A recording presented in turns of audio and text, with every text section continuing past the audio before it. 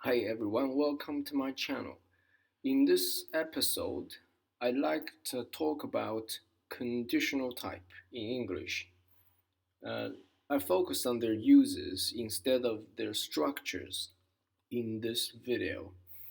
If you want to know their structures, please watch the next video. There are four different kinds of conditional in English. There are zero, first, second, and third conditionals. They're used in different situations. Let's start with the zero and first conditionals. When people are 100% sure that something is true all the time, zero conditional is used. And when people are almost sure, okay, can be 95, can be 90%, can be 85% that something is true all the time, the first conditional is used. Notice the only difference between zero and first conditionals is the certainty. One is 100% sure, the other one is almost sure. Let me give you an example for zero conditional. We all know that there is gravity on the earth, so when people jump, they fall back onto the ground. They don't fly into the sky like a rocket. Have a look at this sentence. If you jump, you fall.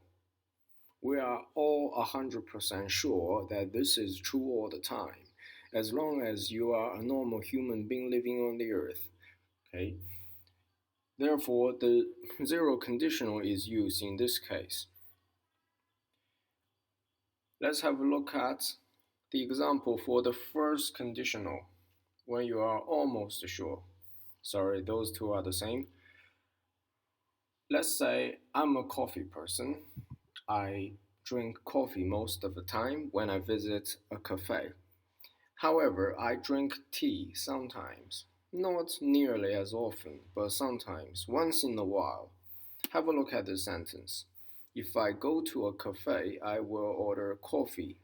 Based on this sentence, do I order coffee all the time when I go to a cafe?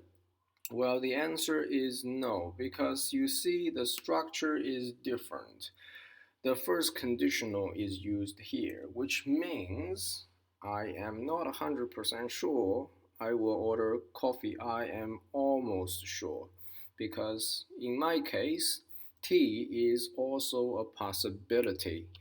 Okay, so far we have covered zero and first conditionals, which are used when we are 100% sure and almost sure that something is true all the time.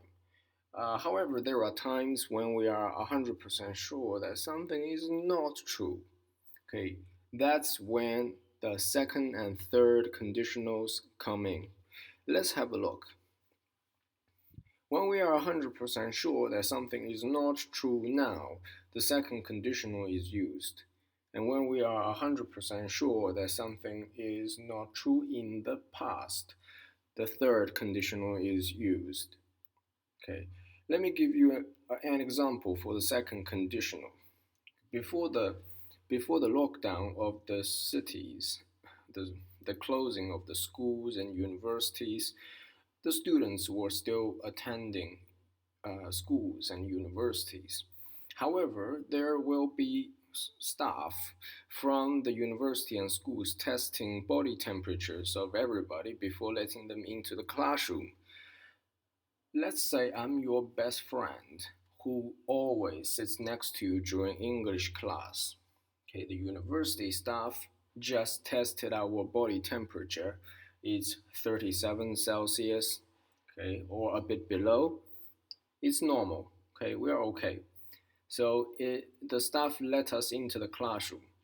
Now I'm sitting right next to you and I am saying this to you now. If our body temperature was above 37 Celsius, the university staff wouldn't let us in today. Let's go back to the definition to have a look again.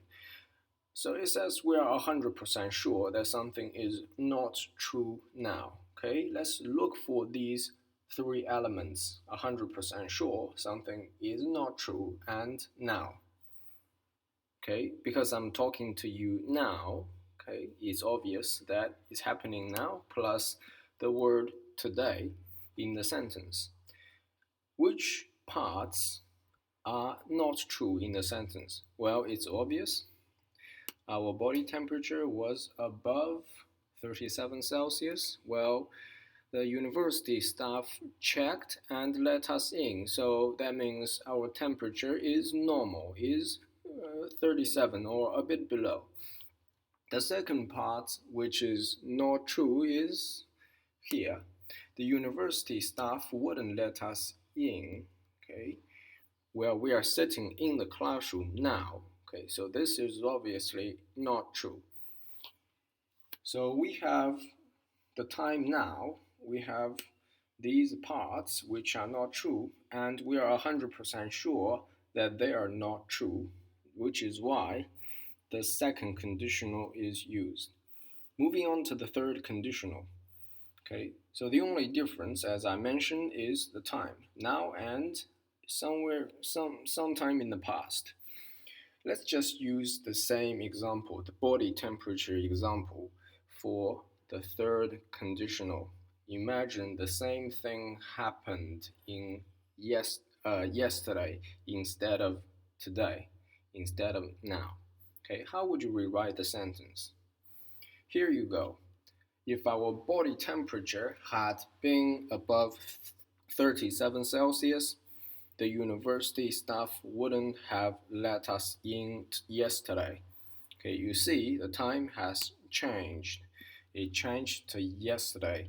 So we have time and we have the two parts which are not true, and we are 100% sure that they're not true.